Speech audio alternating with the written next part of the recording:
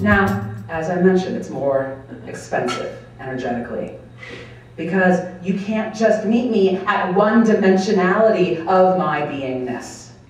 It's like going and buying that post-organic chicken at the farmer's market, and the chicken costs 20 bucks instead of $3.99 down at Super Saver. It looks like it costs more. But that's because we don't have to pay the price down the road for all the meltdowns that I'm going to have when I realize that I am not one-dimensional, that I am not a cutout standing there to take your photograph with. For so many folks I meet, including the self I used to be, I used to heap pound upon pound, truckload upon truckload of NPK-based fertilizer onto my spirit, not realizing that someday, down the road, I would realize how much I had killed downstream. And the cleanup cost is very expensive. I'm finding that I'm liking to pay up front. I would rather, in my journey, acknowledge all of my complex ecosystems and feed all the sides of me, including those ones that I refuse to shine the neon light of analysis upon, those that I keep close to my heart, because that is where they live and belong, instead of printed out for the pages of consumption. My richness comes from my ecosystem also being in balance with itself. This does not mean the more complicated ecosystems are somehow better. This does not also mean that all of my parts hold equal weight. On different days, different parts of any given ecosystem weigh out in different ways, depending on the time of year, depending on the herds that are moving across our land, depending on what we're trying to do with it. And just because I evaluated the needs of the land yesterday does not mean that I know the needs of my land today. That takes listening to myself as well. Every single year, I get to visit a different piece of land. I spend 2 to 5 weeks at an amazing space, its own delightful ecosystem, both physically and socially, called Ramblewood Retreat in Maryland, for those who know it.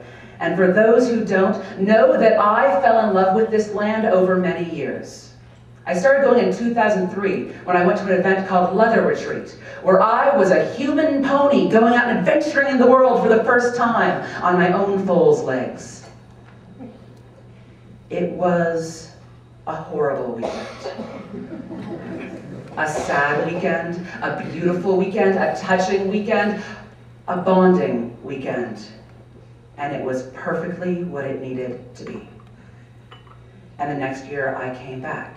I came back to Ramblewood, not just a leather retreat, but to events like Sacred Sexuality, Beltane, and Free Spirit Gathering, Primal Arts Festival, Dark Odyssey.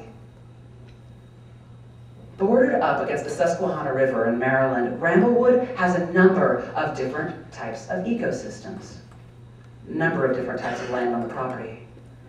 There are thick woodlands that I can spy deer through. There are open fields, steep, hilly terrain with thick rocks and roots that trip me up. There is a lake that when I open my eyes and close my eyes, I can travel back and forth through time. To the moments when I kissed a lover by that lake, to the moments where I danced naked around a bonfire, to a moment that is like now, speaking and talking.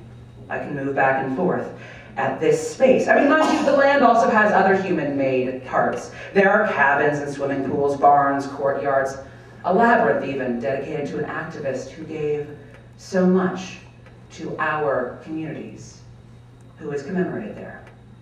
And I have a photograph of me taken down by that lake by Barbara Nitke, who's a fetish photographer out of New York. And I'm in this huge field of orange flowers on my knees. The sun is coming down behind me. I'm wearing boy shorts, a collar, my long hair pulled back, my round breasts naked in the sun. And I have tears falling down my face. It's also from one of those other perfect moments, right? The ones where you're in suffering and bliss alike and you can't tease the two apart, but you know the world has changed in this moment. And it was a scene that continues to have ripples in my life. But when I looked at that photograph recently, instead of seeing the pain or the wisdom around my gender journey or in understanding my path as a sadomasochist, what I noticed was the flowers. They were rich, deep, orange blossoms, the color of a summer sunset. They are that color of a perfect clementine that you bite into and the juices fall down your chin as you're trying to wipe it back into your mouth. That color of orange. They were flowers blooming on that precarious space between lake and forest. On the edge of identity, in that space between labels, at the intersections between two pieces of land, flowers that took my breath away had an opportunity to bloom. That same orange has appeared recently in my life as well, on stage, in the corset panels of a friend of mine, the amazing S.J. Tucker. Yeah. Yeah. Such, as those who have been applauding know her by. She's a folk singer, she's a priestess, she is an inspirational force, she is heartbreakingly fragile and a complex ecosystem all her own. I met her through author and creative being Catherine Valenti, who, yes, at a birthday party in Cleveland, Ohio, as happens sometimes. And what, are you saying that you don't randomly fall into birthday parties of science fiction authors in Cleveland? I mean, it's like every Thursday, you know?